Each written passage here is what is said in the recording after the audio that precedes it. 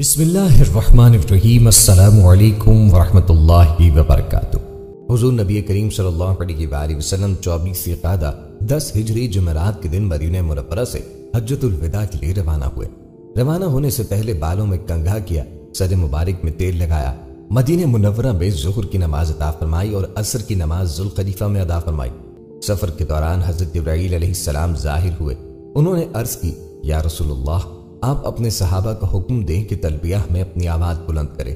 یہ حج کا شعار ہے، لبیک اللہم لبیک، لبیک لا شریک لک لبیک، ان الحمد والنعمت لک والملک لا شریک لک، لبیک اللہم لبیک۔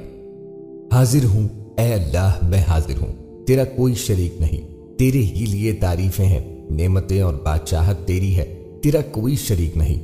حاضر ہوں میرے اللہ، میں حاضر ہوں۔ حضور نبی کریم علیہ الصلوۃ والسلام نے صحابہ کو ایسا کرنے کا حکم فرمایا۔ انہوں نے بلند آواز میں تلبیہ شروع کر دیا۔ حضور نبی کریم علیہ الصلوۃ والسلام اپنی اونٹنی کسوہ پہ سوار تھے۔ یہ اونٹنی جب آپ صلی اللہ علیہ وآلہ وسلم کو لے کر اٹھی تو آپ صلی اللہ علیہ وآلہ وسلم اس وقت احرام میں تھے۔ کسوہ پر اس وقت ایک پرانا کجھاوا تھا جو 4 درہم قیمت کا رہا ہوگا، اور آپ علیہ الصلوۃ والسلام کے اوپر چادر بھی معمولی سے قیمت کی تھی۔ اس وقت آپ علیہ الصلوۃ والسلام یہ دعا پڑھ رہے تھے، اے اللہ، اس حج کو مقبول بنا دے اور ایسا بنا دے جس میں نہ تو ریاکاری اور دھوکہ ہو، نہ دکھاوا اور ظاہر داری ہو۔ اس سفر میں حضور نبی کریم صلی اللہ علیہ وآلہ وسلم کی تمام ازواج مطہرات بھی ساتھ تھیں۔ ان کی تعداد اس وقت 9 تھی۔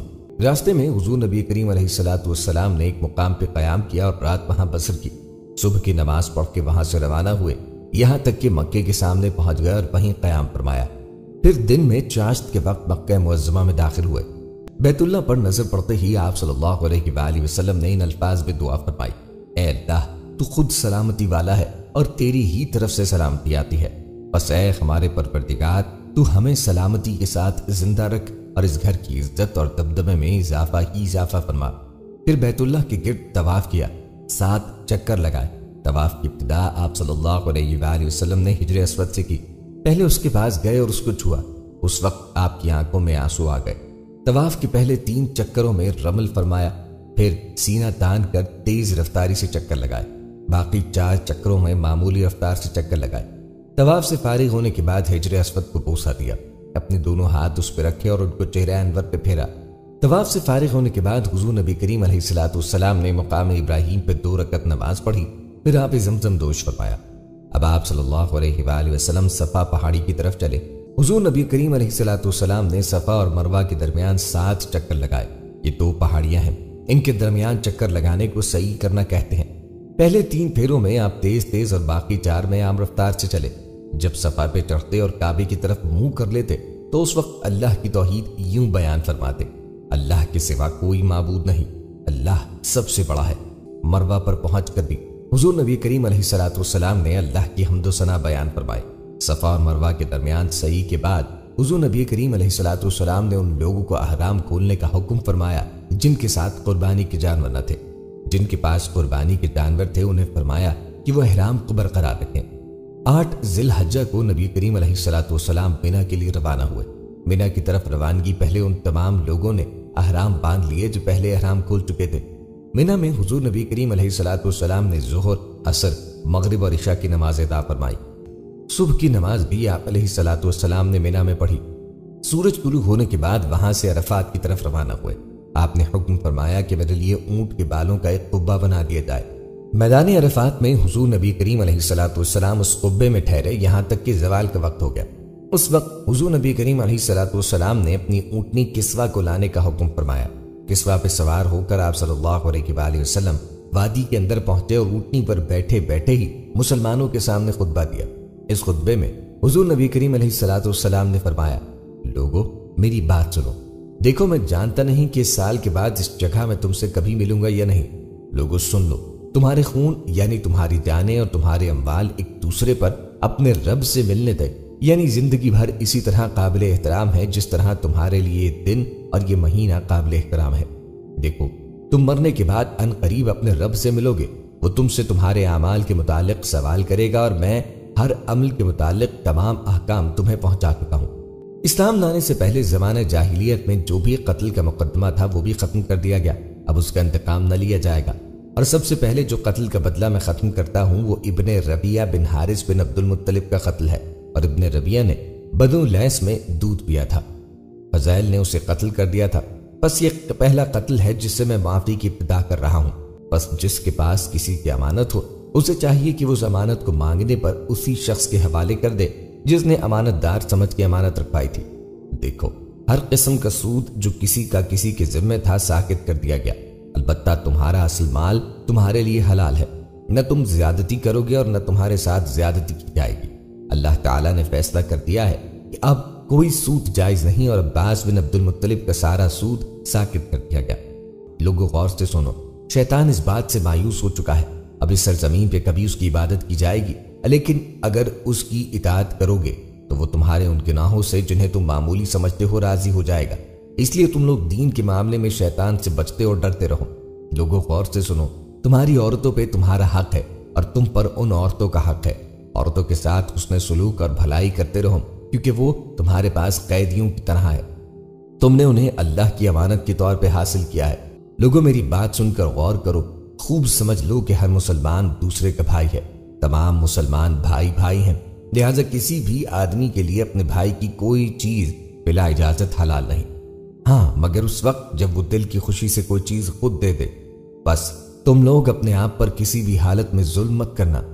لوگوں میری بات سمجھنے کی کوشش کرو، میں نے تو ہر حکم پہنچا دیا اور تمہارے اندر وہ چیز چھوڑی ہے کہ اگر اسے مضبوطی سے پکڑے رکھا تو کبھی گمراہ نہ ہوگے، اور وہ کھلی ہوئی چیز ہے کتاب اللہ اور سنت رسول اللہ۔ لوگوں بتاؤ، میں نے تبلیغ کا حق ادا کر دیا؟ لوگوں نے جواب دیا، ہاں یقیناً۔ اس پر نبی کریم علیہ السلام نے آسمان کی طرف رخ کیا اور شہادت کی انگلی اٹھا کر فرمایا، اللہم اشہد، اللہم اشہد، اللہم اشہد۔ اے اللہ گواہ ہو جاؤ، اے اللہ گواہ ہو جاؤ، اے اللہ گواہ ہو جاؤ۔ خطبے سے فارغ ہو کر نبی کریم علیہ السلام نے حضرت بلال رضی اللہ تعالیٰ عنہ کو اذان کا حکم دیا۔ اذان کے بعد ظہر کی تکبیر کہی گئی اور نماز ادا کی گئی، پھر عصر کی نماز کے لیے تکبیر کہی کی گئی اور نماز ادا کی گئی۔ عرفات میں ایک جماعت خدمت اقدس میں حاضر ہوئی، انہوں نے پوچھا حج کس طرح کیا جاتا ہے؟ حضور نبی کریم علیہ السلام نے ارشاد فرمایا، حج دراصل وقوف عرفات کا نام ہے، یعنی عرفات میں ٹھہرنا حج کرنا ہے۔ عرفات کا پورا میدان وقوف کی جگہ ہے۔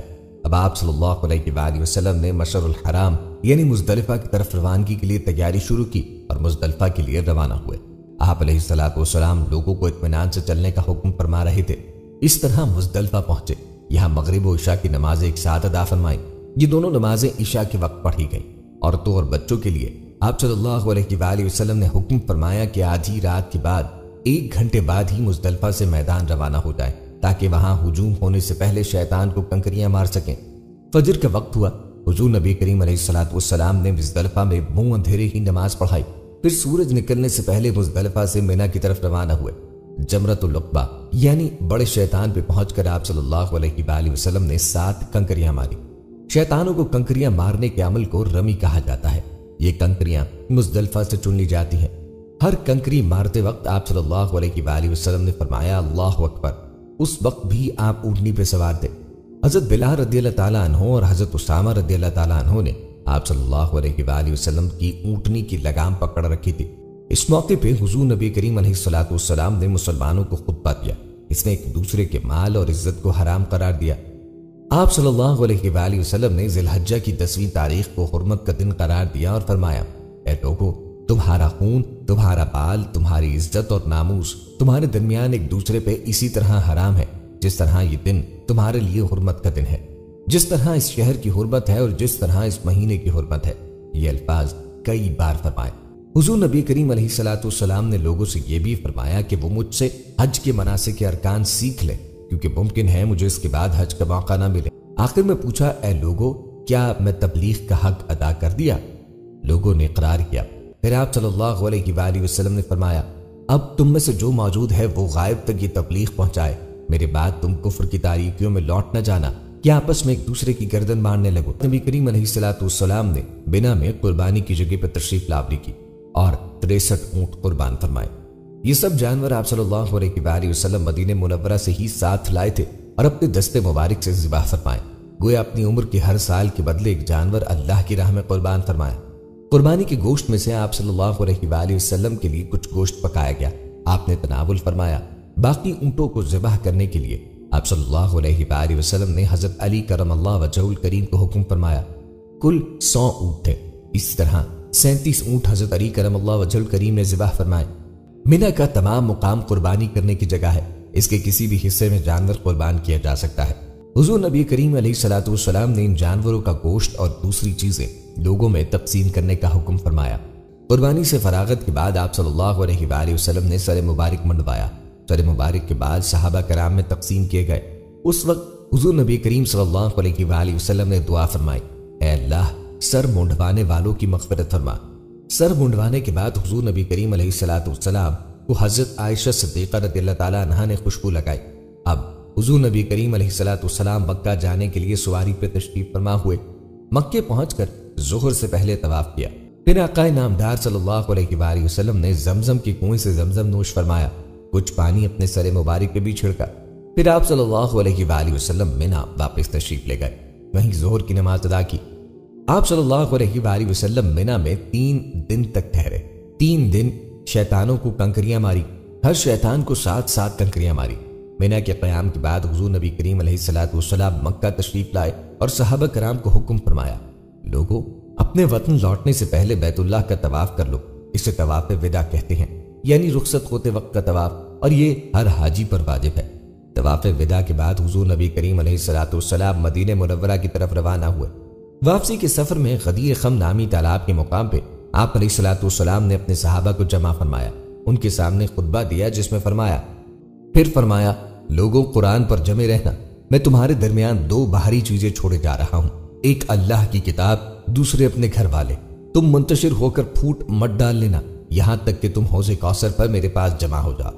اس موقع پہ حضرت علی کرم اللہ وجہہ الکریم کے بارے میں نبی کریم علیہ الصلوۃ والسلام نے ارشاد فرمائے، لوگوں میں جس کا مولا اور آقا ہوں، علی بھی اس کے مولا و آقا ہیں۔ اے اللہ جو علی کا مددگار ہو تو بھی اس کا مددگار ہو جا، اور جو علی سے دشمنی رکھے تو بھی اس سے دشمنی رکھ، جو علی سے محبت رکھے تو بھی اس سے محبت رکھ، جو علی سے بغض رکھے تو بھی اس سے بغض رکھ، جو علی کی مدد کرے تو بھی اس کی مدد کر، اور جو علی کی اعادت کرے تو بھی اس کی اعانت فرما، جو علی کو رسوا کرے تو اسے رسوا فرما، یہ جہاں بھی ہو تو حق اور صداقت کو اس کا ساتھی بنا۔ لوگوں در حقیقت میں بھی تمہاری طرح ایک بشر اور بندہ ہوں، ممکن ہے اب جلدی ہی میرے رب کا میرے پاس بلاوا آ جائے اور میں اس کے آگے سر تسلیم خم کر دوں، میں اللہ تعالیٰ کے آگے جواب دے ہوں اور تم بھی جواب دے ہو، اب تم کیا کہتے ہو؟ صحابہ کرام رضوان اللہ علیہم اجمعین نے جواب دیا، ہم گواہی دیتے ہیں کہ بے شک آپ نے تبلیغ کا حق ادا کر دیا، اس میں پوری محنت فرمائی اور نصیحت تمام کر دی۔ تب حضور نبی کریم علیہ الصلوۃ والسلام نے فرمایا، کیا تم اس کی گواہی نہیں دیتے کہ اللہ تعالیٰ کے سوا کوئی معبود نہیں، اور یہ کہ محمد اس کے بندے اور رسول ہیں، اور یہ کہ جنت دوزخ اور موت برحق چیزیں ہیں، اور یہ کہ مرنے کے بعد دوبارہ زندہ ہونا برحق ہے، اور یہ کہ قیامت آنے والی چیز ہے، اس میں کسی شک و شبے کی کوئی گنجائش نہیں، اور یہ بھی کہ اللہ تعالیٰ ان لوگوں کو دوبارہ زندہ کر کے اٹھائے گا جو قبروں میں پہنچ چکے ہیں۔ صحابہ کرام نے عرض کیا، بے شک ہم ان سب باتوں کی گواہی دیتے ہیں۔ اس پر حضور نبی کریم علیہ الصلوۃ والسلام نے فرمایا، اے اللہ گواہ ہو جاؤ۔ اس سفر سے واپسی پہ حضور نبی کریم علیہ الصلوۃ والسلام نے راستے میں ذوالحلیفہ کے مقام پہ رات بسر فرمائی، اور رات کے وقت مدینہ منورہ میں داخل ہونے کو پسند نہ فرمایا۔ پھر جب آپ صلی اللہ علیہ وآلہ وسلم کی نظر مدینہ منورہ پہ پڑی تو 3 مرتبہ تکبیر کہی اور یہ کلمات پڑھے، اللہ کے سوا کوئی معبود نہیں، وہ تنہا ہے، اس کا کوئی شریک نہیں، حکومت اور تعریف اسی کے لیے ہے، اور وہ ہر چیز پہ پوری قدرت رکھتا ہے۔ ہم توبہ کرتے ہیں اور اپنے پروردگار کو سجدہ کرتے ہوئے اور اس کی تعریفیں کرتے ہوئے لوٹنے والے ہیں۔ اللہ کا وعدہ سچا ہو گیا، اس نے اپنے بندے کی مدد فرمائی اور سب گروہوں کو اس تنہا نے شکست دی۔ پھر صبح کے وقت آپ صلی اللہ علیہ وآلہ وسلم مدینہ منورہ میں داخل ہوئے۔ 11 ہجری پیر کے دن جبکہ ماہ سفر کی آخری تاریخیں تھی، حضور نبی کریم علیہ الصلوۃ والسلام نے رومیوں کی عظیم سلطنت کے خلاف تیاری کا حکم فرمایا۔ اس سے اگلے روز حضور نبی کریم صلی اللہ علیہ وآلہ وسلم نے حضرت اسامہ بن زید رضی اللہ عنہ کو بلا کے فرمایا، اس مقام کی طرف بڑھو جہاں تمہارے والد شہید ہوئے تھے، اور اس علاقے کو اسلامی شاہ سواروں سے پامال کرو، میں تمہیں اس لشکر کا امیر بناتا ہوں۔ نہایت تیزی سے سفر کر کے اپنی منزل کی طرف بڑھو تاکہ جاسوسوں کی اطلاعات سے پہلے دشمن کے سر پہ پہنچ جاؤ۔ اگر اللہ تعالیٰ تمہیں ان پہ فتح عطا فرمائے تو ان لوگوں کے درمیان زیادہ دیر مت ٹھہرنا اور اپنے ساتھ جاسوس اور مخبر لے جانا۔ اگلے روز بدھ کے دن رسول کریم صلی اللہ علیہ وآلہ وسلم کے سر انور میں شدید درد شروع ہو گیا اور اس کے بعد بخار بھی ہو گیا۔ جمعرات کے دن آپ صلی اللہ علیہ وآلہ وسلم نے تکلیف کے باوجود اپنے دست مبارک سے حضرت اسامہ بن زید رضی اللہ عنہ کو پرچم بنا کے دیا، پھر فرمایا اللہ کا نام لے کر اس کے رستے میں جہاد کے لیے جاؤ اور جن لوگوں نے اللہ کے ساتھ کفر کیا ان سے جنگ کرو۔ حضرت اسامہ بن زید رضی اللہ تعالیٰ عنہ اپنا پرچم لے کر اسلامی لشکر کے ساتھ روانہ ہوئے۔ وہ اس وقت بالکل نوجوان تھے۔ اس نوجوانی کی حالت میں حضور نبی کریم علیہ الصلوۃ والسلام نے انہیں لشکر کا سالار مقرر فرمایا تھا، جبکہ صحابہ کرام رضوان اللہ علیہم اجمعین میں بڑے ممتاز اور تجربے کار لوگ موجود تھے۔ اس بنیاد پر صحابہ کرام رضوان اللہ علیہم اجمعین میں سے کچھ حضرات نے اس بات کو محسوس کیا کہ جب اتنے بڑے اور تجربے کار حضرات موجود ہیں تو ایک نوعمر کو سپہ سالار کیوں مقرر فرمایا؟ جب نبی کریم حضور علیہ الصلوۃ والسلام کو ان باتوں کی خبر ہوئی تو سخت ناراض ہوئے، یہاں تک کہ اسی وقت اپنے حجرے مبارک سے باہر تشریف لائے۔ اس وقت نبی کریم علیہ الصلوۃ والسلام کے سر مبارک پہ پٹی بندھی تھی اور بدن مبارک پہ ایک چادر تھی۔ طبیعت خراب ہونے سے پہلے ایک روز حضور نبی کریم صلی اللہ علیہ وآلہ وسلم آدھی رات کے وقت قبرستان بقیع میں تشریف لے گئے اور وہاں ہر مومن کے لیے مغفرت کی دعا فرمائی۔ قبرستان سے واپس لوٹے تو سر مبارک میں شدید درد شروع ہو گیا۔ حضور نبی کریم صلی اللہ علیہ وآلہ وسلم نے سیدہ عائشہ صدیقہ رضی اللہ تعالیٰ عنہا کو سر درد کے بارے میں بتایا۔ انہوں نے سر دبانا شروع کیا۔ سر درد کے ساتھ بخار بھی شروع ہو گیا۔ مرض شروع ہونے کے بعد بھی حضور نبی کریم صلی اللہ علیہ وآلہ وسلم اپنی تمام ازواج کے ہاں باری کے مطابق تشریف لے جاتے تھے۔ جس دن آپ صلی اللہ علیہ وآلہ وسلم حضرت میمونہ رضی اللہ تعالیٰ عنہا کے ہاں تشریف لے گئے، اس دن مرض میں شدت پیدا ہو گئی۔ حضور نبی کریم صلی اللہ علیہ وآلہ وسلم مسجد میں داخل ہوئے اور منبر پہ تشریف لائے، اللہ کی حمد و ثنا بیان فرمائی، پھر صحابہ کرام کو خطاب فرمایا، لوگوں یہ کیسی باتیں ہیں جو اسامہ کو امیر بنانے پہ تم لوگوں کی طرف سے مجھ تک پہنچی ہیں؟ اس سے پہلے جب میں نے اسامہ کے والد کو امیر بنایا تھا تو اس وقت بھی اس قسم کی کچھ باتیں سننے میں آئی تھی۔ قسم ہے اللہ کی کہ وہ یعنی زید بن حارثہ امیر بننے کے لیے موزوں ترین آدمی تھے اور اب ان کے بعد ان کا بیٹا امیر بننے کے لیے موزوں ترین ہے۔ یہ دونوں باپ بیٹے ایسے ہیں کہ ان سے خیر ہی کا گمان کیا جا سکتا ہے، لہٰذا اسامہ کے بارے میں خیر ہی کا گمان رکھو کیونکہ وہ تم میں سے بہترین لوگوں میں سے ہے۔ اب جو صحابہ حضرت اسامہ کے لشکر میں نبی کریم علیہ الصلوۃ والسلام سے ملاقات کے لیے آنے لگے، اس وقت آپ صلی اللہ علیہ وآلہ وسلم کی طبیعت کافی نازاز تھی۔ اس کے باوجود فرما رہے تھے اسامہ کے لشکر کو روانہ کرو۔ اپنی طبیعت کی خرابی کے پیش نظر حضور نبی کریم صلی اللہ علیہ وآلہ وسلم نے حضرت ابو بکر صدیق کو لشکر کے ساتھ جانے سے روک دیا تھا اور انہیں حکم فرمایا تھا کہ وہ لوگوں کو نمازیں پڑھائیں۔ اتوار کے دن آپ صلی اللہ علیہ وآلہ وسلم کی تکلیف میں اضافہ ہو گیا۔ حضرت اسامہ رضی اللہ عنہ اپنے لشکر کے ساتھ مدینہ منورہ سے باہر ٹھہر گئے تھے۔ وہاں سے آپ صلی اللہ علیہ وآلہ وسلم کی ملاقات کے لیے آئے۔ جب وہ نبی کریم علیہ الصلوۃ والسلام کے حجرے مبارک میں داخل ہوئے تو آپ آنکھیں بند کیے نڈھال سی حالت میں لیٹے ہوئے تھے۔ حضرت اسامہ نے آہستہ سے آپ صلی اللہ علیہ وآلہ وسلم کا سر مبارک دبایا اور پیشانی کو بوسہ دیا۔ آپ صلی اللہ علیہ وآلہ وسلم نے کوئی بات نہ کی، دونوں ہاتھ اوپر کی طرف اٹھائے اور ان کو اسامہ پہ رکھ دیا۔ حضرت اسامہ رضی اللہ عنہ سمجھ گئے کہ آپ ان کے لیے دعا فرما رہے ہیں۔ اس کے بعد حضرت اسامہ پھر اپنے لشکر میں لوٹ آئے۔ لشکر اس وقت روانہ ہونے کی تیاری کر رہا تھا کہ مدینے سے پیغام آیا کہ حضور کی طبیعت ناساز ہو گئی ہے، اب نہ جائیں۔ اس طرح یہ لشکر روانہ نہ ہو سکا۔ ناظرین، کی 11 ہجری کا ماہ ربیع الاول تھا، وہی ماہ ربیع جس میں 63 برس پہلے نبی رحمت کی ولادت باسعادت کی وجہ سے اس جہان رنگ بو میں بہار آئی تھی، مگر اب کے ماہ ربیع الاول مجدہ بہار نہیں بلکہ پیغام خزاں لایا تھا۔ اس ماہ کے شروع ہونے سے پہلے ہی نبی بیمار ہو گئے تھے۔ 10 یا 11 ربیع الاول تک آتے آتے نقاہت کا یہ عالم ہو گیا تھا کہ آپ خود سے چل بھی نہ سکتے تھے۔ ہفتے یا اتوار کا دن تھا۔ سیدنا ابو بکر صدیق رضی اللہ عنہ کی امامت میں نماز ظہر کی جماعت کھڑی ہو چکی تھی۔ بخاری و مسلم شریف میں یہ واقعہ موجود ہے کہ نبی اپنے چچا سیدنا عباس اور چچیرے بھائی اور داماد سیدنا علی کے کندھوں کا سہارا لیے مسجد میں تشریف لائے۔ حضرت صدیق اکبر رضی اللہ عنہ پیچھے ہٹنے لگے۔ نبی نے اشارہ فرمایا کہ پیچھے مت ہٹو بلکہ نماز پڑھاتے رہو۔ پھر آپ سیدنا صدیق کی ایک جانب بیٹھ کے نماز میں شامل ہو گئے۔ اب سیدنا ابو بکر نبی کی اقتداء کرتے تھے اور باقی سب لوگوں نے حضرت صدیق کی تکبیروں پر نماز ادا کی۔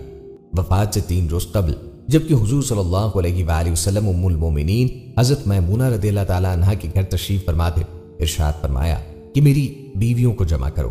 تمام ازواج مطہرات جمع ہوئی تو حضور نبی کریم علیہ الصلوۃ والسلام نے دریافت فرمایا، کیا تم سب مجھے اجازت دیتی ہو کہ بیماری کے دن میں عائشہ کے ہاں گزار لوں؟ سب نے کہا، اے اللہ کے رسول، آپ کو اجازت ہے۔ پھر اٹھنا چاہا لیکن اٹھ نہ پائے تو حضرت علی بن ابی طالب اور حضرت فضل بن عباس رضی اللہ تعالیٰ عنہما آگے بڑھے اور نبی کریم علیہ الصلوۃ والسلام کو سہارے سے اٹھا کر سیدنا میمونہ رضی اللہ تعالیٰ عنہا کے حجرے سے سیدہ عائشہ رضی اللہ تعالیٰ عنہا کے حجرے کی طرف لے جانے لگے۔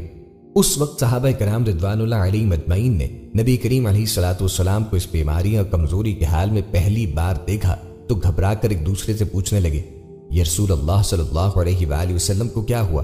چنانچہ صحابہ مسجد میں جمع ہونا شروع ہو گئے اور مسجد شریف میں ایک رش ہو گیا۔ نبی کریم علیہ الصلوۃ والسلام کا پسینہ شدت سے بہہ رہا تھا۔ حضرت عائشہ رضی اللہ تعالیٰ عنہا فرماتی ہیں کہ میں نے اپنی زندگی میں کسی کا اتنا پسینہ بہتے نہ دیکھا، اور فرماتی ہیں کہ میں رسول کریم علیہ الصلوۃ والسلام کی دست مبارک کو پکڑتی اور اسی کو چہرہ اقدس پہ پھیرتی، کیونکہ نبی علیہ الصلوۃ والسلام کا ہاتھ میرے ہاتھ سے کہیں زیادہ محترم و پاکیزہ تھا۔ مزید فرماتی ہیں کہ حبیب خدا سے بس یہی ورد سنائی دے رہا تھا کہ اللہ، بے شک موت کی بھی اپنی سختیاں ہیں۔ اسی اثنا میں مسجد کے اندر نبی کریم علیہ الصلوۃ والسلام کی بیماری کے بارے میں خوف کی وجہ سے لوگوں کا شور بڑھنے لگا۔ آپ صلی اللہ علیہ وآلہ وسلم نے دریافت فرمایا، یہ کیسی آوازیں ہیں؟ عرض کیا گیا، ہے اللہ کے رسول، یہ لوگ آپ کی حالت سے خوف زدہ ہیں۔ ارشاد فرمایا، مجھے ان کے پاس لے چلو۔ پھر اٹھنے کا ارادہ فرمایا لیکن اٹھ نہ سکے، تو آپ صلی اللہ علیہ وآلہ وسلم پر 7 مشکیزیں پانی کے بہائے گئے۔ تب کہیں جا کے کچھ افاقہ ہوا تو سہارے سے اٹھا کے ممبر پہ لایا گیا۔ یہ رسول اللہ صلی اللہ علیہ وآلہ وسلم کا آخری خطبہ اور آخری کلمات تھے۔ اے لوگوں، شاید تمہیں میری موت کا خوف ہے۔ سب نے کہا، جی ہاں اللہ کے رسول۔ ارشاد فرمایا، اے لوگوں، تم سے میری ملاقات کی جگہ دنیا نہیں، تم سے میری ملاقات کی جگہ حوض کوثر ہے۔ خدا کی قسم، گویا کہ میں یہیں سے اسے حوض کوثر کو دیکھ رہا ہوں۔ اے لوگوں، مجھے تم پر تنگ دستی کا خوف نہیں، بلکہ مجھے تم پر دنیا کی فراوانی کا خوف ہے کہ تم اس کے معاملے میں ایک دوسرے سے مقابلے میں لگ جاؤ، جیسا کہ تم سے پہلے پچھلی امتوں والے لگ گئے، اور یہ دنیا تمہیں بھی ہلاک کر دے جیسے کہ انہیں ہلاک کر دیا۔ پھر مزید ارشاد فرمایا، اے لوگوں، نماز کے معاملے میں اللہ سے ڈرو، اللہ سے ڈرو، نماز کے معاملے میں اللہ سے ڈرو، یعنی عہد کرو کہ نماز کی پابندی کرو گے اور یہی بات بار بار دہراتے رہے۔ پھر فرمایا، اے لوگوں، عورتوں کے معاملے میں اللہ سے ڈرو، عورتوں کے معاملے میں اللہ سے ڈرو، میں تمہیں عورتوں سے نیک سلوک کی وصیت کرتا ہوں۔ مزید فرمایا، اے لوگوں، ایک بندے کو اللہ نے اختیار دیا کہ دنیا کو چن لے یا اس سے چن لے جو اللہ کے پاس ہے، تو اس نے اسے پسند کیا جو اللہ کے پاس ہے۔ اس جملے سے حضور نبی کریم علیہ الصلوۃ والسلام کا مقصد کوئی نہ سمجھا، حالانکہ ان کی اپنی ذات مراد تھی، جبکہ حضرت ابو بکر صدیق رضی اللہ تعالیٰ عنہ وہ تنہا شخص تھے جو اس جملے کو سمجھے اور دار و قطار رونے لگے اور بلند آواز سے گریہ کرتے ہوئے اور کھڑے ہوئے اور پکارنے لگے، ہمارے باپ دادا آپ پہ قربان، ہماری مائیں آپ پہ قربان، ہمارے بچے آپ پہ قربان، ہمارے مال و دولت آپ پہ قربان۔ روتے جاتے ہیں اور یہی الفاظ کہتے جاتے ہیں۔ صحابہ کرام رضوان اللہ علیہم اجمعین ناگواری سے حضرت ابو بکر صدیق رضی اللہ تعالیٰ عنہ کی طرف دیکھنے لگے کہ انہوں نے نبی پاک صلی اللہ علیہ وآلہ وسلم کی بات کیسے قطع کر دی۔ اس پر نبی کریم صلی اللہ علیہ وآلہ وسلم نے حضرت ابو بکر کا دفاع ان الفاظ میں فرمایا، اے لوگو، ابو بکر کو چھوڑ دو کہ تم میں سے ایسا کوئی نہیں کہ جس نے ہمارے ساتھ کوئی بھلائی کی ہو اور ہم نے اس کا بدلہ نہ دیا ہو، سوائے ابو بکر کے کہ اس کا بدلہ میں نہیں دے سکا، اس کا بدلہ میں نے اللہ جل شانہ پہ چھوڑ دیا۔ مسجد نبوی میں کھلنے والے تمام دروازے بند کر دیے جائیں سوائے ابو بکر کے دروازے کی کہ جو کبھی بند نہ ہوگا۔ آخر میں اپنی وفات سے قبل مسلمانوں کے لیے آخری دعا کے طور پر ارشاد فرمایا، اللہ تمہیں ٹھکانہ دے، تمہاری حفاظت کرے، تمہاری مدد کرے، تمہاری تائید کرے۔ اور آخری بات جو ممبر سے اترنے سے پہلے امت کو مخاطب کر کے ارشاد فرمائی وہ یہ کہ اے لوگوں، قیامت تک آنے والے میرے ہر ایک امتی کو میرا سلام پہنچا دینا۔ پھر حضرت صلی اللہ علیہ وآلہ وسلم کو دوبارہ سہارے سے اٹھا کے گھر لے جایا گیا۔ اسی اثنا میں حضرت عبد الرحمن بن ابی بکر خدمت اقدس میں حاضر ہوئے، ان کے ہاتھ میں مسواک تھی۔ نبی کریم صلی اللہ علیہ وآلہ وسلم مسواک کو دیکھنے لگے مگر شدت مرض کی وجہ سے طلب نہ کر پائے، چنانچہ سیدہ عائشہ حضور اکرم صلی اللہ علیہ وآلہ وسلم کے دیکھنے سے سمجھ گئی اور انہوں نے حضرت عبد الرحمن رضی اللہ عنہ سے مسواک لے کر نبی کریم صلی اللہ علیہ وآلہ وسلم کے داہنے مبارک میں رکھ دی، لیکن حضور نبی کریم علیہ الصلوۃ والسلام اسے استعمال نہ کر پائے تو سیدہ عائشہ نے حضور نبی کریم سے مسواک لے کر اپنے منہ سے نرم کی اور پھر حضور نبی کریم صلی اللہ علیہ وآلہ وسلم کو لوٹا دی تاکہ دہان مبارک اس سے تر رہے۔ فرماتی ہیں آخری جو چیز آپ نبی کریم صلی اللہ علیہ وآلہ وسلم کے پیٹ میں گئی وہ میرا لعاب تھا، اور یہ اللہ تبارک و تعالیٰ کا مجھ پر فضل ہی تھا کہ اس نے وصال سے قبل میرا اور نبی کریم صلی اللہ علیہ وآلہ وسلم کا لعاب دہن یکجا کر دیا۔ سرور عالم کے گھر کی مالی حالت یہ تھی کہ اس دن کی شام کو سیدہ عائشہ چراغ کے لیے تیل پڑوسن سے عاریتن منگوایا، اور بخاری شریف میں مذکور ہے کہ خود نبی کی زرہ وفات کے وقت بھی ایک یہودی کے پاس گروی پڑی تھی، جس کے عوض گھر والوں کے لیے 30 صاع جو لیے تھے۔ مسجد نبوی میں سیدنا صدیق کی امامت میں جماعت کھڑی ہوئی۔ نبی نے وہ پردہ اٹھایا جو حضرت عائشہ صدیقہ کے حجرے اور مسجد میں فاصل تھا۔ رحلت سے صرف ایک دن پہلے اتوار کے روز آپ نے تمام غلام آزاد فرمائے، جن کی تعداد 40 اور بعض روایات کے مطابق 63 تھی۔ گھر میں نقد صرف 7 دینار موجود تھے، وہ غربا و مساکین میں تقسیم کر دیے اور آلات حرب مسلمانوں کو ہبہ فرمائے۔ وفات سے 4 روز پہلے جمعرات کو سیدہ عائشہ رضی اللہ عنہا سے ارشاد فرمایا کہ اپنے والد ابو بکر اور بھائی عبد الرحمن بلا لیجیے۔ اس سلسلے میں فرمایا دوات اور کاغذ لے آؤ، میں ایک تحریر لکھ پا دوں جس کے بعد تم گمراہ نہیں ہوگے۔ یہ شدت مرض میں سرور عالم کا ایک خیال تھا۔ عمر فاروق نے رائے ظاہر کی کہ حضور کو اس حال میں تکلیف دینا مناسب نہیں، اب تکمیل شریعت کا کوئی ایسا نقطہ باقی نہ رہا جس میں قرآن کافی نہ ہو۔ بعض دوسرے صحابہ کرام نے اس رائے سے مطابقت نہ کی۔ جب شور زیادہ ہوا تو بعض نے کہا خود نبی کریم علیہ الصلوۃ والسلام سے دریافت کر لیا جائے۔ ارشاد فرمایا مجھے چھوڑ دو، میں جس مقام پر ہوں وہ اس سے بہت دور ہے جس کی طرف مجھے تم بلا رہے ہو۔ اسی روز 3 وصیتیں اور فرمائیں۔ کوئی مشرک عرب میں رہ رہے، سفیروں اور وفود کی بدستور عزت و مہمانی کی جائے۔ قرآن پاک کے متعلق کچھ ارشاد فرمایا جو راوی کو یاد نہ رہا۔ سرکار پاک صلی اللہ علیہ وآلہ وسلم کی علالت کی تکلیف اور بے چینی کے باوجود 11 روز تک برابر مسجد میں تشریف لاتے رہے۔ جمعرات کے روز مغرب کی نماز بھی خود پڑھائی اور اس میں سورہ مرسلات تلاوت فرمائی۔ سیدنا انس رضی اللہ عنہ فرماتے ہیں کہ اس وقت بھی جمال مصطفیٰ کا یہ عالم تھا کہ آپ کا چہرہ مبارک ورق قرآ معلوم ہوتا۔ جانثار صحابہ کرام کا شوق دیدار اور فرحت کی بیتابی سے یہ حال ہو گیا کہ جیسے رخ مصطفیٰ کی طرف متوجہ ہو جائیں گے۔ عشاء کے وقت آنکھ کھولی اور دریافت فرمایا کیا نماز ہو چکی؟ مسلمانوں نے عرض کی مسلمان آپ کے انتظار میں بیٹھے ہیں۔ لگن میں پانی بھروا کے غسل فرمایا اور ہمت کر کے اٹھے مگر غش آ گیا۔ تھوڑی دیر میں پھر آنکھ کھولی اور فرمایا کیا نماز ہو چکی؟ لوگوں نے عرض کیا یا رسول اللہ مسلمان آپ کا انتظار کر رہے ہیں۔ اس مرتبہ پھر اٹھنا چاہا مگر بے ہوش ہو گئے۔ کچھ دیر کے بعد پھر آنکھ کھولی اور وہی سوال دہرایا کیا نماز ہو چکی ہے؟ لوگوں نے عرض کیا یا رسول اللہ سب لوگوں کو حضور کا ہی انتظار ہے۔ تیسری مرتبہ جسم مبارک پہ پانی ڈالا اور جب اٹھنا چاہا تو غشی آ گئی۔ افاقہ ہونے پر ارشاد فرمایا ابو بکر نماز پڑھا دیں۔ سیدہ عائشہ صدیقہ نے عرض کیا ابو بکر نہایت رقیق القلب آدمی ہیں، جب وہ آپ کی جگہ پہ کھڑے ہوں گے تو نماز نہیں پڑھا سکیں گے۔ ارشاد فرمایا وہی نماز پڑھائے۔ حضرت عائشہ رضی اللہ عنہا کا خیال یہ تھا کہ جو شخص رسول اللہ کے بعد امام مقرر ہوگا لوگ اسے لازماً منحوس خیال کریں گے۔ روایت ہے کہ اس وقت صدیق اکبر تشریف فرما نہ تھے، اس واسطے عمر رضی اللہ عنہ کو آگے بڑھایا گیا، مگر حضور نے 3 مرتبہ فرمایا نہیں نہیں نہیں ابو بکر نماز پڑھائیں۔ رسول اللہ کا ممبر چند روز پہلے خالی ہو چکا تھا، آج رسول اللہ کا مصلی بھی خالی ہو گیا۔ جب ابو بکر صدیق حضرت محمد مصطفیٰ کی جگہ کھڑے ہوئے تو عالم یاس نے مسجد نبوی پہ اپنے پردے تان دیے اور مسلمانوں کے دل بے اختیار رو دیے، اور خود صدیق اکبر کے قدم بھی لڑکھڑا گئے۔ چونکہ رسول اللہ کے ارشاد کے ساتھ توفیق الہی شامل تھی، اس واسطے یہ کٹھن گھاٹی بھی گزر گئی۔ صدیق اکبر نے حیات پاک نبوی میں اسی طرح 17 نمازیں پڑھیں۔ سیدنا صدیق اکبر ظہر کی نماز پڑھا رہے تھے کہ حضور کی طبیعت نے مسجد کی طرف رجوع کیا اور علی و عباس کے کندھوں پہ سہارا لیتے ہوئے جماعت میں تشریف لے آئے۔ نمازی نہایت بے قراری کے ساتھ حضور کی طرف متوجہ ہوئے۔ حضرت صدیق رضی اللہ عنہ یہ سمجھے کہ شاید آپ کا نماز میں آنے کا ارادہ ہے، وہ جانماز امام سے پیچھے سرکنے لگے تو نبی نے اپنے دست مبارک سے اشارہ فرمایا کہ پیچھے مت ہٹو بلکہ نماز پڑھاتے رہو۔ یہ اشارہ تمام صحابہ رضوان اللہ علیہم اجمعین کی تسکین کا موجب بنا۔ پھر تھوڑی دیر کے بعد آپ نے پردہ گرا دیا اور یہ نماز بھی حضرت ابو بکر صدیق رضی اللہ عنہ نے مکمل فرمائی۔ اس کے بعد رسول رحمت پہ کسی دوسری نماز کا وقت ہی نہ آیا۔ مخدوم انسانیت جو قید دنیا سے آزاد ہو رہے تھے صبح بیدار ہوئے تو پہلا کام یہ کیا کہ سب غلاموں کو آزاد فرمایا، تعداد میں 40 تھے۔ پھر اساس البیت کی طرف متوجہ فرمائی۔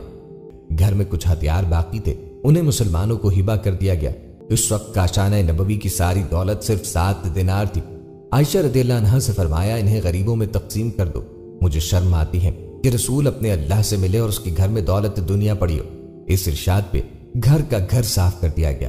آخری رات کاشانہ نبوی میں چراغ نبوی جلانے کے لیے تیل تک موجود نہ تھا۔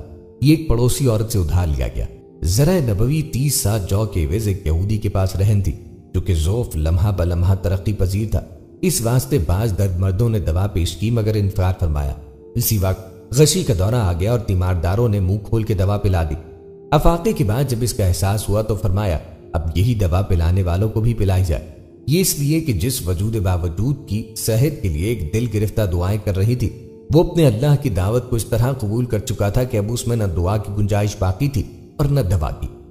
ناظرین، آپ صلی اللہ علیہ وآلہ وسلم کی حضرت اسرائیل علیہ السلام سے ملاقات کو اس طرح سے نقل کیا گیا ہے کہ اللہ عز و جل نے ملک الموت کی طرف وحی فرمائی کہ میرے حبیب اور میرے چنے ہوئے محمد صلی اللہ علیہ وآلہ وسلم کی طرف چلے جاؤ اور انتہائی خوبصورت شکل اختیار کر کے حاضری دینا اور آپ کی روح قبض کرنے میں بہت زیادہ نرمی سے کام لینا۔ بس حضرت ملک الموت زمین پہ اترے ایک اعرابی کی طرح آپ صلی اللہ علیہ وآلہ وسلم کے دروازے پہ آ کھڑے ہو گئے، پھر عرض کرنے لگے السلام علیکم اے نبوت کے گھر والوں، معدن رسالت اور فرشتوں کے بار بار آنے کی جگہ کیا مجھے اندر آنے کی اجازت ہے؟ حضرت عائشہ رضی اللہ تعالیٰ عنہ حضرت فاطمہ الزہرا رضی اللہ عنہ سے کہنے لگی آدمی کو جواب دو، تو حضرت فاطمہ رضی اللہ تعالیٰ عنہ نے کہا اے اللہ کے بندے، اللہ تجھے ہر قدم پہ اجر عطا فرمائے۔ رسول کریم صلی اللہ علیہ وآلہ وسلم کو اپنی جان کا خیال ہے۔ اس نے دوبارہ صدا دی تو حضرت عائشہ رضی اللہ تعالیٰ عنہ نے حضرت فاطمہ الزہرا سے کہا اس آدمی کو جواب دو۔ حضرت فاطمہ الزہرا نے کہا اے اللہ کے بندے، اللہ تجھے ہر قدم پہ اجر عطا فرمائے۔ رسول کریم صلی اللہ علیہ وآلہ وسلم اپنے نفس میں مشغول ہیں۔ تھوڑی دیر گزرنے کے بعد اس نے پھر صدا دی کیا میں داخل ہو سکتا ہوں؟ مجھے ضرور داخل ہونا ہے۔ تو رسول کریم صلی اللہ علیہ وآلہ وسلم نے حضرت اسرائیل علیہ السلام کی آواز سن لی، فرمایا اے فاطمہ دروازے پہ کون ہے؟ انہوں نے عرض کی اے اللہ کے رسول، ایک آدمی دروازے پر اندر آنے کی اجازت مانگ رہا ہے۔ ہم نے اسے 2 مرتبہ جواب دیا تو اس نے تیسری بار صدا دی جس سے میری جان کانپنے لگی ہے۔ رسول کریم صلی اللہ علیہ وآلہ وسلم نے فرمایا اے فاطمہ، کیا تو جانتی ہے دروازے پہ کون ہے؟ یہ لذتوں کو ختم کرنے والا ہے، جماعتوں کو بکھیرنے والا ہے، یہ عورتوں کو بیوہ کرنے والا ہے، بچوں کو یتیم کرنے والا ہے، یہ گھروں کو بے آباد اور قبروں کو آباد کرنے والا ہے، یہ ملک الموت ہے۔ فرمایا اے ملک الموت، اللہ آپ پر رحم کرے، داخل ہو جاؤ۔ بس ملک الموت رسول کریم علیہ السلام کی بارگاہ میں آئے تو رسول اللہ نے فرمایا اے ملک الکلمات، تم صرف میری زیارت کرنے کے لیے آئے ہو یا جان قبض کرنے کے لیے؟ اس نے عرض کی میں دونوں کام کرنے کے لیے آپ کے پاس آیا ہوں۔ مجھے اللہ نے حکم دیا کہ میں آپ کی اجازت کے بغیر آپ کے گھر داخل نہ ہوں اور آپ کی روح آپ کی اجازت کے بغیر نہ لوں۔ اگر آپ اجازت دیں تو ٹھیک، ورنہ میں اپنے رب کے پاس لوٹ جاؤں گا۔ یہ ہے شان میرے محبوب صلی اللہ علیہ وآلہ وسلم، ان کے جسم انور سے روح قبض کرنا تو درکنار، ان کی اجازت کے بغیر ان کے گھر میں بھی داخل نہیں ہو سکتے۔ حضرت اسرائیل علیہ السلام نے عرض کی یا رسول اللہ، میں نے بڑے بڑے بادشاہوں کی روح کھینچتا ہوں لیکن کسی سے بھی نہیں پوچھتا، کسی سے اجازت نہیں لیتا، لیکن اللہ رب العزت نے حکم دیا ہے کہ میرے محبوب کے گھر جانے کی بھی اجازت دینی ہے اور روح قبض کرنے کی بھی اجازت دینی ہے۔ اگر وہ اجازت عطا فرما دے تو اندر جانا، اگر اجازت دیں تو روح قبض کرنا، ورنہ لوٹ کر واپس میری بارگاہ میں آ جانا۔ یہ ہے مقام محبوبیت۔ لیکن آج کے گمراہ قسم کے لوگ اس عارفہ و اعلیٰ مقام کو سمجھتے نہیں اور اپنی مثل قرار دیتے ہیں۔ یہ تو وہ مقام ہے کہ جہاں ملک الموت دست بستہ عزت مانگ رہا ہے کہ میرے رب نے حکم فرمایا ہے کہ اگر میرے محبوب قبض روح کا اذن عطا فرما دیں تو ٹھیک ہے، ورنہ گستاخی نہ کرنا اور فوراً لوٹ کے میری بارگاہ میں حاضر ہونا۔ صحیح ستہ میں حدیث موجود ہے کہ خالق کائنات نے حضور نبی کریم علیہ السلام کو باقاعدہ اختیار دیا تھا کہ اے محبوب، اگر ہمیشہ کی زندگی چاہو تو ہمیشہ زمین کے اوپر چلتے پھرتے رہو اور چاہو تو میرے پاس آ جاؤ۔ یہ آپ صلی اللہ علیہ وآلہ وسلم کی چاہت تھی کہ آپ نے فرمایا یا اللہ عز و جل، میں نے صحابہ کو سب کچھ بتا دیا ہے، اب میں رفیق اعلیٰ کو پسند کرتا ہوں۔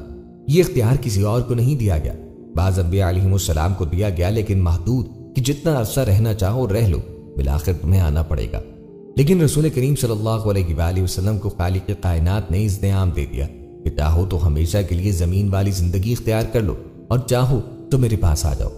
نبی کریم صلی اللہ علیہ وآلہ وسلم نے اپنے اختیار سے اللہ عز و جل کی رفاقت کو پسند فرمایا۔ حضرت ملک الموت علیہ السلام نے عرض کیا کہ میں آیا ضرور ہوں، میرا مقصود تو آپ کی زیارت کرنا ہے اور اگر اجازت دیں تو روح قبض کر لوں، لیکن یہ روح قبض کرنا آپ کے اذن سے مشروط ہے کہ اذن ہو تو ٹھیک، ورنہ چلا جاؤں گا۔ آپ صلی اللہ علیہ وآلہ وسلم کی وصال کو بیان کرتے حضرت عائشہ رضی اللہ تعالیٰ عنہ مزید فرماتی ہیں کہ مجھے اور تو کچھ سمجھ نہیں آیا، سو میں اپنے حجرے سے نکلی اور مسجد کی طرف کا دروازہ کھول کر کہا، رسول اللہ کا وصال ہو گیا، رسول اللہ کا وصال ہو گیا۔ مسجد آہوں اور نالوں سے گونجنے لگی۔ ادھر علی کرم اللہ وجہ الکریم جہاں کھڑے تھے وہیں بیٹھ گئے، پھر ہلنے کی طاقت تک نہ رہی۔ ادھر عثمان بن عفان رضی اللہ تعالیٰ عنہ معصوم بچوں کی طرح ہاتھ ملنے لگے اور سیدنا عمر رضی اللہ تعالیٰ عنہ تلوار بلند کر کے کہنے لگے، خبردار، جو کسی نے کہا کہ رسول اللہ وفات پا گئے ہیں، میں ایسے شخص کی گردن اڑا دوں گا۔ میرے آقا تو اللہ تعالیٰ سے ملاقات کرنے گئے ہیں، جیسے موسیٰ علیہ السلام اپنے رب سے ملاقات کو گئے تھے۔ وہ لوٹ آئیں گے، بہت جلد لوٹ آئیں گے۔ اب جو وفات کی خبر اڑائے گا میں اسے قتل کر ڈالوں گا۔ اس موقع پر سب سے زیادہ ضبط برداشت اور صبر کرنے والی شخصیت سیدنا ابو بکر صدیق رضی اللہ تعالیٰ عنہ کی تھی۔ اب حجرہ نبوی میں داخل ہوئے، رحمت دو عالم کے سینے مبارک پہ سر رکھ کے رو دیے، کہہ رہے تھے، ہائے میرا پیارا دوست، ہائے میرا مخلص ساتھی، ہائے میرا محبوب، ہائے میرا نبی۔ پھر حضرت صلی اللہ علیہ وآلہ وسلم کے ماتھے پہ بوسہ دیا اور کہا، یا رسول اللہ، آپ پاکیزہ جیے اور پاکیزہ ہی دنیا سے رخصت ہو گئے۔ سیدنا ابو بکر صدیق رضی اللہ تعالیٰ عنہ باہر آئے اور خطبہ دیا، جو شخص محمد صلی اللہ علیہ وآلہ وسلم کی عبادت کرتا ہے سن رکھے، حضرت صلی اللہ علیہ وآلہ وسلم کا وصال ہو گیا، اور جو اللہ کی عبادت کرتا ہے وہ جان لے کہ اللہ تعالیٰ شانہ کی ذات ہمیشہ زندگی والی ہے جسے موت نہیں۔ سیدنا عمر رضی اللہ تعالیٰ عنہ کے ہاتھ سے تلوار گر گئی۔ عمر رضی اللہ تعالیٰ عنہ فرماتے ہیں، پھر میں کوئی تنہائی کی جگہ تلاش کرنے لگا جہاں اکیلا بیٹھ کے رہوں۔ حضرت صلی اللہ علیہ وآلہ وسلم کی تدفین کر دی گئی۔ سیدنا فاطمہ الزہرا فرماتی ہیں، تم نے کیسے گوارا کر لیا کہ نبی علیہ السلام کے چہرے انور پہ مٹی ڈالو؟ پھر کہنے لگی، ہائے میرے پیارے بابا جان کہ اپنے رب کے بلاوے پہ چل دیے، ہائے میرے پیارے بابا جان کہ جنت الفردوس میں اپنے ٹھکانے کو پہنچ گئے، ہائے میرے پیارے بابا جان کہ ہم جبرائیل کو ان کے آنے کی خبر دیتے ہیں۔ یہ ہمارے پیارے رسول صلی اللہ علیہ وآلہ وسلم کے آخری ایام، آپ صلی اللہ علیہ وآلہ وسلم کی رحلت تک تھے۔ آپ اللہ تعالیٰ کے فرمودات قرآن مجید کی جیتی جاگتی مثال تھے۔ آپ صلی اللہ علیہ وآلہ وسلم نے بنی نوع انسان پہ جو احسان کیا وہ اللہ تعالیٰ کے حکم کی تعمیل ہے، اور اللہ تعالیٰ ہی اپنے محبوب ترین پیغمبر کا رحلت کے بعد محافظ و امین ہے۔ آپ صلی اللہ علیہ وآلہ وسلم پر درود بھیجیے۔ 9 ربیع الاول کی حالت صبح سے نہایت عجیب تھی۔ ایک سورج بلند ہو رہا تھا اور دوسرا سورج غروب۔ کاشانہ نبوی میں پے در پے غشی کے بادل آئے اور رسول کریم صلی اللہ علیہ وآلہ وسلم کے وجود اقدس پہ چھا گئے۔ ایک بے ہوشی گزر جاتی تھی تو دوسری پھر وارد ہو جاتی۔ انہی تکلیفوں پر پیاری بیٹی کو یاد فرمایا۔ وہ مزاج اقدس کا یہ حال دیکھ کر سنبھل نہ سکی۔ بیٹی کو اس طرح نڈال دیکھ کے ارشاد فرمایا، میری بیٹی رو نہیں، میں اس دنیا سے رخصت ہو جاؤں گا تو انا للہ و انا الیہ راجعون کہنا، اسی میں ہر شخص کے لیے سامان تذکیر موجود ہے۔ سیدہ فاطمہ الزہرا نے پوچھا، کیا آپ کے لیے بھی؟ فرمایا، ہاں، اس میں میری بھی تسکین ہے۔ جس قدر رسول اللہ کا درد و کرب بڑھ رہا تھا، فاطمہ کا کلیجہ کٹتا جا رہا تھا۔ حضور کی سیدہ فاطمہ الزہرا رضی اللہ تعالیٰ عنہا سے آخری ملاقات بیان کرتے ہوئے ام المومنین حضرت عائشہ رضی اللہ تعالیٰ عنہا ارشاد فرماتی ہیں، جب آپ صلی اللہ علیہ وآلہ وسلم کی بیٹی فاطمہ الزہرا تشریف لائیں اور آتے ہی رو پڑی کہ نبی کریم صلی اللہ علیہ وآلہ وسلم اٹھ نہ سکے، کیونکہ نبی کریم علیہ السلام کا معمول تھا کہ جب بھی فاطمہ الزہرا تشریف لاتی، حضور نبی کریم صلی اللہ علیہ وآلہ وسلم ان کے ماتھے پہ بوسہ دیتے۔ حضور صلی اللہ علیہ وآلہ وسلم نے فرمایا، اے فاطمہ قریب آ جاؤ۔ پھر حضور صلی اللہ علیہ وآلہ وسلم نے ان کے کان میں کوئی بات کہی تو حضرت فاطمہ اور زیادہ رونے لگی۔ انہیں اس طرح روتا دیکھ کر حضور صلی اللہ علیہ وآلہ وسلم نے پھر فرمایا، اے فاطمہ قریب آؤ۔ دوبارہ ان کے کان میں کوئی بات ارشاد فرمائی تو وہ خوش ہونے لگی۔ حضور صلی اللہ علیہ وآلہ وسلم کے وصال کے بعد میں نے سیدہ فاطمہ الزہرا سے پوچھا کہ وہ کیا بات تھی جس پہ روئیں اور پھر خوشی کا اظہار فرمایا۔ سیدہ فاطمہ رضی اللہ تعالیٰ عنہا کہنے لگیں کہ پہلی بار جب میں قریب ہوئی تو فرمایا، فاطمہ میں آج رات اس دنیا سے کوچ کرنے والا ہوں جس پر میں رو دی۔ جب انہوں نے مجھے بے تحاشا روتے دیکھا تو فرمانے لگے، فاطمہ میرے اہل خانہ میں سب سے پہلے تم مجھ سے آ ملوگی، جس پر میں خوش ہو گئی۔ پیغمبر انسانیت کی حالت نازک ہوتی جا رہی تھی۔ یہ حال دیکھ کر فاطمہ الزہرا نے کہنا شروع کیا، وَأَقْرَبُ أَبَاهُ، ہائے میرے باپ کی تکلیف۔ فرمایا، فاطمہ رضی اللہ عنہا آج کے بعد تمہارا باپ کبھی بے چین نہ ہوگا۔ حسن و حسین بہت غمگین تھے، انہیں پاس بلایا، دونوں کو چوما، پھر ان کے احترام کی وصیت فرمائی، پھر ازواج مطہرات کو طلب فرمایا اور انہیں نصیحتیں فرمائی۔ اسی دوران میں ارشاد فرماتے تھے، ان لوگوں کے ساتھ جن پر اللہ نے انعام فرمایا، اے خداوند بہترین رفیق۔ پھر علی کو طلب فرمایا، آپ نے سر مبارک کو اپنی گود میں رکھ لیا، انہیں بھی نصیحت فرمائی۔ پھر ایک دم اللہ کی طرف متوجہ ہوئے اور فرمایا، نماز، نماز اور لونڈی، غلام اور پسماندگان۔ اب نزاع کا وقت آ پہنچا تھا۔ رحمت اللہ عالمین عائشہ رضی اللہ عنہا کے ساتھ ٹیک لگائے ہوئے تھے، پانی کا پیالہ پاس رکھا تھا، اس میں ہاتھ ڈالتے تھے اور چہرہ انور پہ پھیر لیتے۔ روح اقدس کبھی سرخ ہو جاتا اور کبھی زرد پڑ جاتا۔ زبان مبارک آہستہ آہستہ ہل رہی تھی۔ خدا کے سوا کوئی معبود نہیں اور موت تکلیف کے ساتھ ہے۔ نبی کریم صلی اللہ علیہ وآلہ وسلم نے ہاتھ آسمان کی طرف بلند کر کے فرمانے لگے، مجھے وہ اعلیٰ و عمدہ رفاقت پسند ہے۔ میں اللہ کی، انبیاء، صدیقین، شہداء اور صالحین کی رفاقت کو اختیار کرتا ہوں۔ حضرت صدیقہ عائشہ رضی اللہ تعالیٰ عنہا فرماتی ہیں، میں سمجھ گئی کہ انہوں نے آخرت کو چن لیا ہے۔ جبرائیل علیہ السلام خدمت اقدس میں حاضر ہو کر گویا ہوئے، یا رسول اللہ، ملک الموت دروازے پہ کھڑے شرف بازیابی چاہتے ہیں۔ آپ سے پہلے انہوں نے کسی سے اجازت نہیں مانگی۔ آپ صلی اللہ علیہ وآلہ وسلم نے فرمایا، جبریل اسے آنے دو۔ ملک الموت نبی کریم علیہ السلام کے گھر میں داخل ہوئے اور کہا، السلام علیکم یا رسول اللہ، مجھے اللہ نے آپ کی چاہت جاننے کے لیے بھیجا ہے۔ کیا آپ دنیا میں رہنا چاہتے ہیں یا اللہ سبحانہ و تعالیٰ کے پاس جانا پسند کرتے ہیں؟ فرمایا، مجھے اعلیٰ و عمدہ رفاقت پسند ہے، مجھے اعلیٰ و عمدہ رفاقت پسند ہے۔ ملک الموت حضرت صلی اللہ علیہ وآلہ وسلم کے سرہانے کھڑے ہوئے اور کہنے لگے، اے پاکیزہ روح، اے محمد بن عبداللہ کی روح، اللہ کی رضا و خوشنودی کی طرف روانہ ہو، راضی ہو جانے والے پروردگار کی طرف جو غضبناک نہیں۔ سیدہ عائشہ رضی اللہ تعالیٰ عنہا فرماتی ہیں، آپ صلی اللہ علیہ وآلہ وسلم نے یک لخت ہاتھ اونچا کیا کہ گویا تشریف لے جا رہے ہیں، اور پھر زبان قدس سے نکلا، اب اور کوئی نہیں، صرف اسی کی رفاقت منظور ہے۔ تیسری آواز پر ہاتھ لٹک آئے۔ پھر نبی کریم صلی اللہ علیہ وآلہ وسلم کا ہاتھ نیچے آ رہا اور سر مبارک میرے سینے پہ بھاری ہونے لگا۔ میں سمجھ گئی یا حضرت صلی اللہ علیہ وآلہ وسلم کا وصال ہو گیا۔ یہ ربیع الاول 11 2 ہجری شنبہ کا دن ہے اور چاشت کا وقت تھا۔ عمر مبارک قمری حساب سے 63 سال اور 4 دن ہوئی۔ انا للہ و انا الیہ راجعون۔ ناظرین، یہ تھی ہماری آج کی ویڈیو۔ امید ہے کہ آپ کو ہماری آج کی ویڈیو ضرور پسند آئی ہوگی۔ اگر آپ کو ہماری آج کی ویڈیو پسند آئی ہے تو آپ سے گزارش ہے کہ ہمارے چینل کو ضرور سبسکرائب کریں اور ساتھ ہی لگے بیل کے بٹن کو بھی پریس کریں تاکہ آپ کے پاس ہماری آنے والی مزید معلوماتی ویڈیوز کا نوٹیفیکیشن پر وقت ملتا رہے۔ سبسکرائب کے ساتھ ساتھ ہماری ویڈیوز کو لائک بھی کریں اور اپنی قیمتی رائے کا اظہار کمنٹس میں ضرور کریں۔ کمنٹس میں آپ اپنے سوالات بھی ہم تک پہنچا سکتے ہیں۔ اللہ تعالیٰ آپ کو اپنی حفظ و امان میں رکھے۔